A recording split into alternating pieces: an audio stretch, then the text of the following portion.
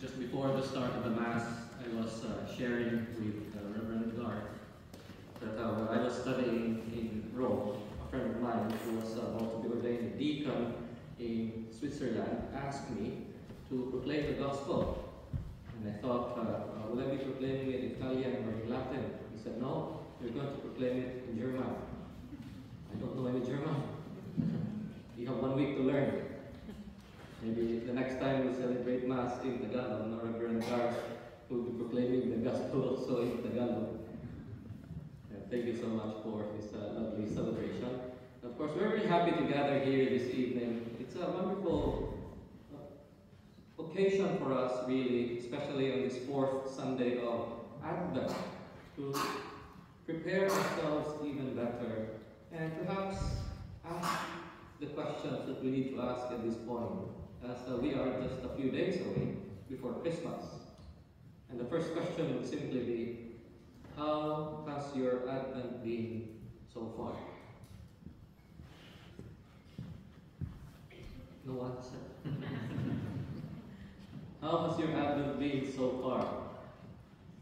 Now, this is a question that we need to ask because we know that Advent is a season of preparation. It is a time for preparation.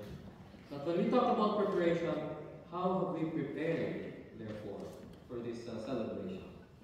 Now, perhaps many of us have already set the menu for the 24th.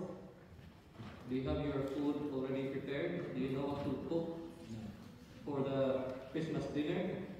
Or maybe Christmas Sunday lunch on the 25th?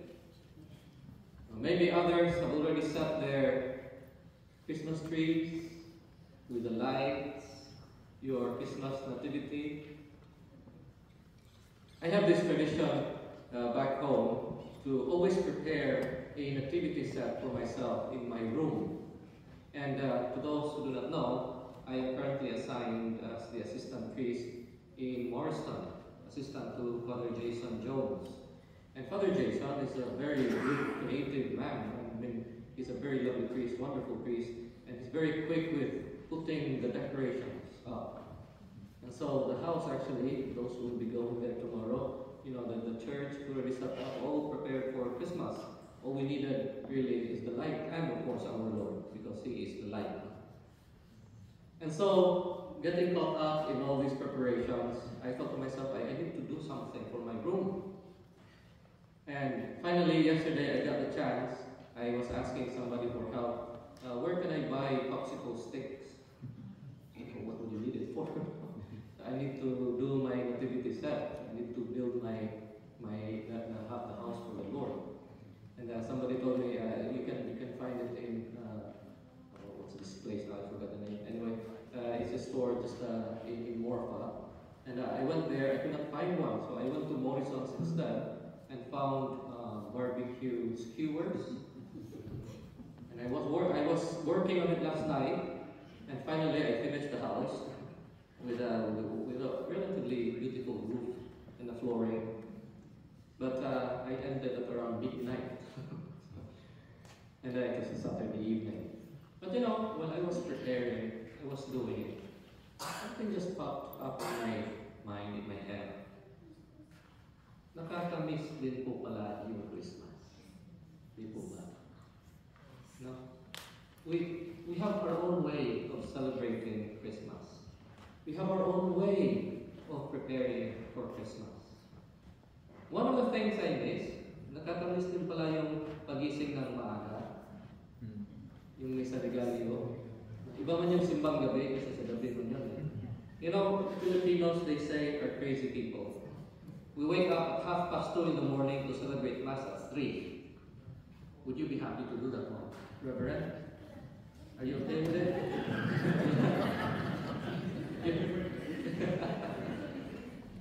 A lot of people will say, oh, why do you have to wake up that early? No, it's too soon.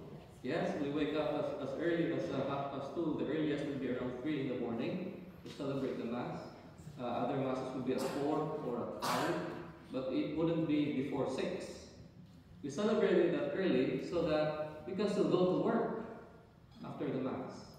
After the Mass, we take a quick breakfast, a quick meal with our friends. Then we continue with the day. We work. miss din yun. Especially kasi pag after ng Mass, anong meron doon? Yun. Bingka, puto, squate, caldo. Name all the food Filipinos love eating.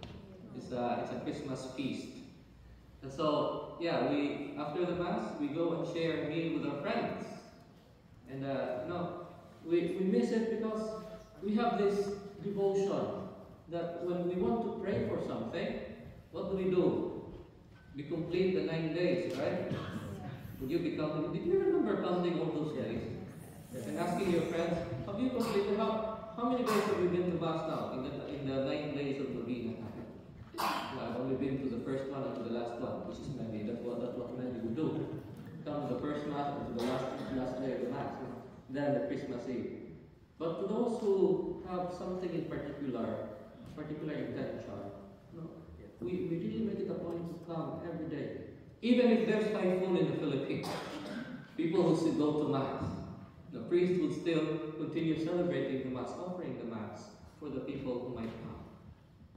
And that is actually a very lovely thing to do because it keeps our faith alive, for one, but at the same time, it is because we believe in the grace of God. We believe in the celebration that we are having. We believe in God's mercy and love. If we don't believe, there's no point. There's no point, really. There's nothing to celebrate if we don't believe. We miss the songs. You'll be hearing a lot of songs, Christmas songs, after this Mass. And, there's this something that would remind you of the past. Christmas is a very special moment for all of us because it goes beyond, it transcends age, it transcends religion, it transcends culture, it transcends all these many categories that people would have, because Christmas is Christmas, and we celebrate the birth of our Messiah. And the Lord is not a savior of the few.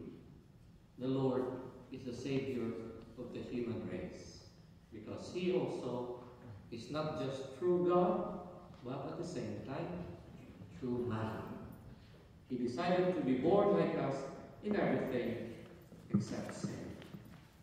And so when I was reminded of the things that I missed, I also realized that we only miss the things that are good.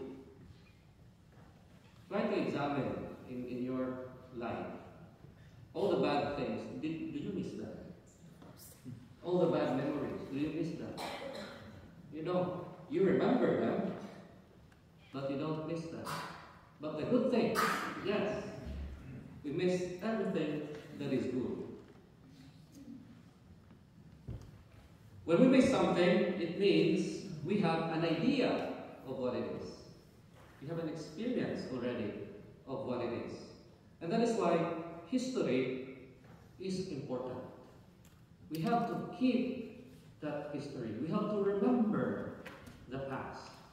Because it is in the remembrance of the past that we make sense of the celebration that we have at present. Again, there's no point celebrating something which we do not know of. We must first get to know it, then we remember it, then we celebrate it. Remember this song? We remember, we celebrate, we believe.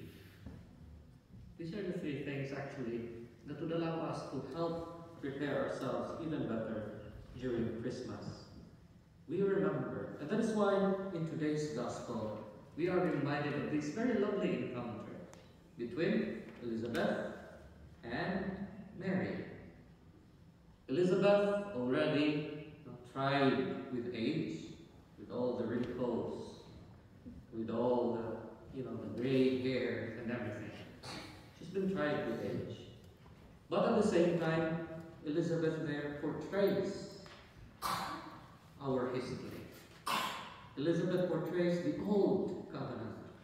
She portrays the promise of God of redemption. And here comes the young mother, Mary. She came and greeted her Elizabeth, her cousin Elizabeth. She portrays the young person full of life, the young person that exudes life, because she is also the new covenant, the fulfillment of the promises of God from the Old Testament's promises. And so here we remember this encounter of the old and the new. And that is why Christmas is not just for the young. Christmas is also for the, as we say in Filipino, it's not just for the young ones, but also for the ones young. Christmas is for everybody. For Elizabeth and for Mary. Because Jesus is there. The Word that has been promised in the Old Testament and the Word incarnate in Mary, in our dearest mother. But how do we celebrate Christmas properly? We have to remember that there is, in that encounter between God and man, there is a requirement, and that is faith. You know, we do a lot of things in preparation for Christmas, but sometimes we forget that there is something more to it. One very lovely reality that we must always consider is this. God, infinite, creator of all things, of heaven and earth, of everything that exists, was born a little boy. A little boy. He could have done it differently, but no, he decided to be born through the mother. Where was he lying? In the manger. You might have noticed that the manger, you don't put that one on the pedestal. The manger is down there because it's for the animals to feed on. Mangiare, to eat. So that's where the food of the animal is kept for them to eat. It's down there. For us to be able to truly celebrate Christmas, we have to remember that for us to adore our Lord, we have to first come and kneel down. We cannot adore the Lord in the manger standing up. We have to kneel down in prayer. Father, I'm old, I can't kneel anymore. It's not just the knees that kneel, the heart also must kneel. And so we put our hearts down and welcome the Lord. Take the Lord from the manger and bring the Lord into our hearts, into our lives. And that is why one very beautiful gift of God this Christmas is the gift of peace. You know, ito po yung kung minsan nakakalimutan po natin eh. Gusto lang natin mag-celebrate. Gusto lang natin yung basta masaya lang tayo, okay na yun. Pero if we go back to our hearts, we have peace in our hearts. Sometimes, what keeps us from celebrating our faith is that we lack that peace in our hearts. Who is that peace? The first reading tells us, the King of Israel, the Lord Jesus that is born. He is the source of our peace. He is our peace. And that is why, if we don't have Jesus in our lives, in our hearts, no matter how many Christmases we'll be celebrating, it wouldn't be as happy as it should be. Why? Because we are not yet ready to celebrate Him. Bring therefore our Lord into our hearts. Let His peace reign in our lives. And that peace cannot but be translated in the life that we live. That peace cannot but be translated into acts of charity, acts of mercy, acts of love. And that is why Christmas is also a season of giving. God, who gave Himself for us, now that we have received Him, must also give Him to others. But first we must receive Him. Then we give our Lord. We give peace to our friends, to our families, to our community. If there is peace, then there will always be unity. It doesn't matter where you come from. It doesn't matter what language we speak. It doesn't matter what color we are, according to the race, whatever. Because if there is peace there, it doesn't need much. Just love. Just the act of loving. Doing what is good for others. My dearest friends, let us hope and let us pray that we also may learn from our dearest saints of today, Elizabeth, and of course our dearest Mother Mary. May, like Elizabeth, we may open our hearts and welcome our Lord. And like Mary, may we also prepare ourselves as soon as we receive our Lord, run in haste to help the people in need. There are those who may be suffering right now. There are those who are sick, those who suffer from war. We might not be able to go and visit them physically, but remember them in our prayers. And that is one way to visit the people that truly need also our Lord. Pray for them and offer this Mass also for them. May the peace of our Lord Jesus Christ, the one that we received at Christmas, be in our hearts, in our family, in our home.